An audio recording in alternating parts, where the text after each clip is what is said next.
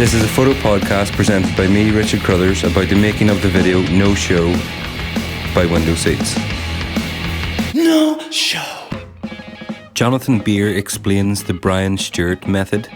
Stu's got an incredible technique actually when it comes to shooting performance videos. He has an exact idea of the shots he wants. He has these ideas of low shots and tight shots. But outside that, he takes and he takes and he takes and he takes. Brian Stewart. I think we shot about 2.5 hours of coverage on the first day. He literally does as many angles, as much coverage as possible, which at the time, you know, when you're running these tracks back and forth 20 times and you're thinking, not another take, and he goes, yeah, we'll just do it again. You know at the end, when you get all of that footage, that you need that last one. Like, I overshoot all the time. Like, I think the song is just over 2 minutes, so like 2.5 hours to 2 minutes is like maybe 15 takes on each setup.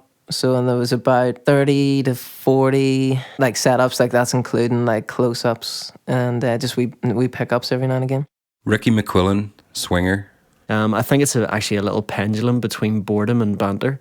I think the banter sort of works in tandem with the boredom and it keeps us motivated. So you get these moments of lethargy where everybody looks so down. There's no expression on their face whatsoever, and then all of a sudden, out of nowhere, somebody will say something, usually an innuendo of sorts, and everybody will just start bantering. You know, it'll be great crack for like a few minutes.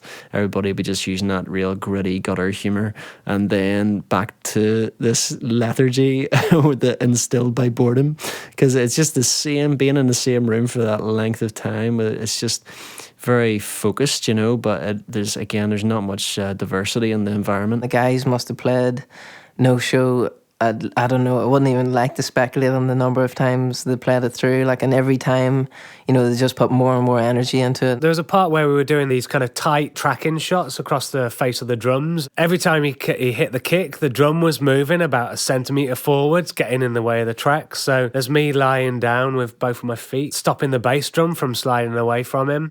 The Boojum and Stick approach to filmmaking explained. A long day, I suppose. Like, it was one of these ever-extending days too, where I think we were all sort of buoyed up with the idea of getting a Boojum afterwards at 6 o'clock, but the 6 o'clock became 7 and 8 and then 9, and then we realised Boojum would be closed, so the Boojum thing went out the window.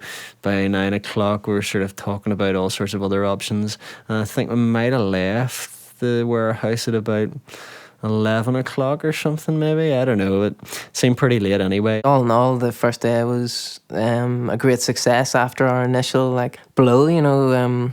But we were able to just gather ourselves and just went on. It was really, really fun. Like, I hope for everybody involved, it was really, really good. Yeah, and it's hard work as well. Like, it's just hard. I think it's not hard work. Well, for me, it was just taking photos, but I think it's just that long, long, long day. And fair play to guys, like, for just keeping it all going and keeping the buzz, keeping the gang all fighting.